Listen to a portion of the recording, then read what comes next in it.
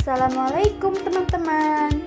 Perkenalkan, saya Despin Surpita dari Program Studi Pendidikan Kimia, Fakultas Keguruan dan Ilmu Pendidikan, Universitas Sriwijaya, Indralaya.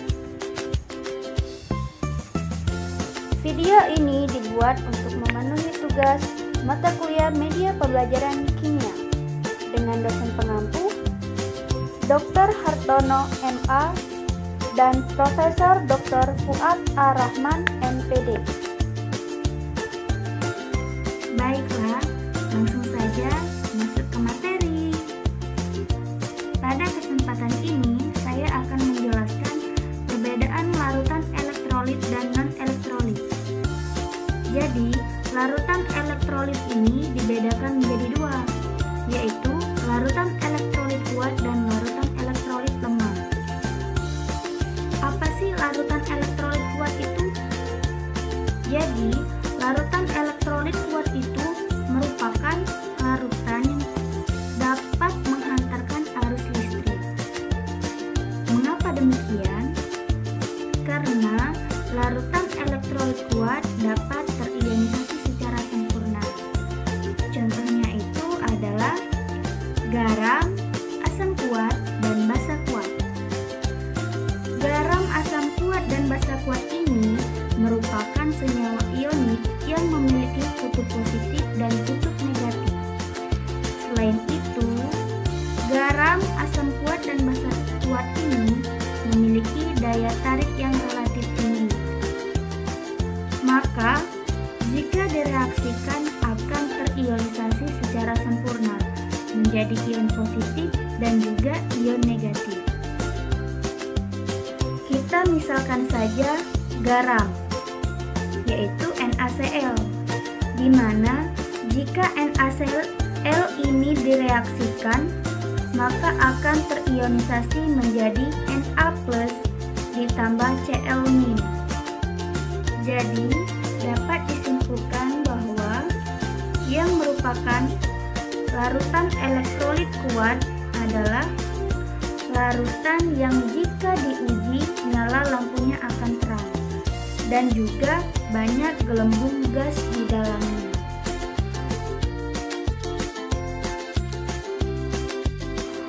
Yang selanjutnya yaitu larutan elektrolit lemah. Apa sih larutan elektrolit lemah itu?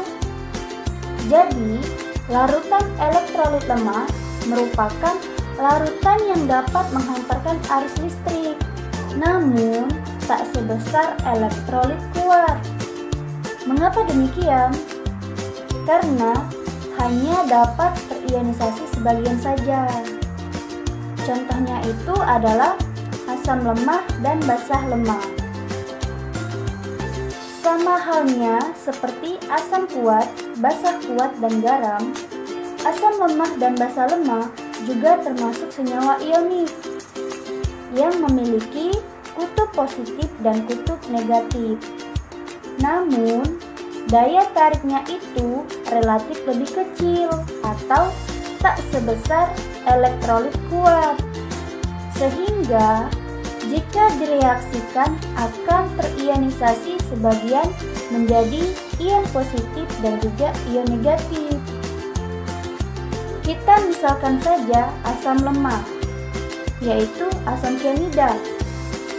Jika asam sianida ini kita reaksikan, maka ia akan terionisasi menjadi H+ ditambah Cn-. Maka dapat disimpulkan larutan yang merupakan elektrolit lemah adalah larutan yang memiliki nyala lampu yang redup dan juga sedikit gelembung gas yang timbul di dalamnya. Selanjutnya, larutan non-elektrolit. Apa sih larutan non-elektrolit? Jadi, larutan non-elektrolit merupakan larutan yang tidak dapat menghantarkan arus listrik. Mengapa demikian? Karena larutan non-elektrolit tidak dapat terionisasi. Berbeda halnya dengan larutan elektrolit. Contoh dari larutan non-elektrolit adalah gula dan alkohol. Mengapa gula dan alkohol ini tidak dapat terionisasi?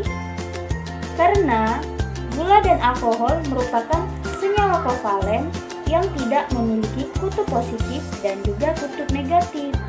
Sehingga jika direaksikan gula dan alkohol, maka ia tidak dapat terionisasi menjadi ion positif dan ion negatif. Akan tetapi hanya bisa terionisasi secara molekuler. Kita misalkan saja gula, yaitu glukosa. Di mana jika glukosa ini kita reaksikan, maka ia tidak dapat terionisasi karena hanya dapat terionisasi secara molekuler saja. Sehingga dapat disimpulkan bahwa larutan yang merupakan larutan non-elektrolit adalah larutan yang jika direaksikan atau diuji, lampunya tidak menyala dan juga tidak ada gelembung gas yang muncul di dalamnya.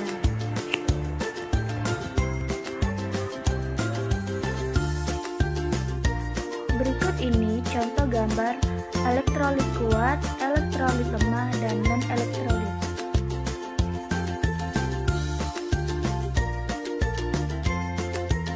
Jadi, kesimpulan dari materi ini sebagai berikut.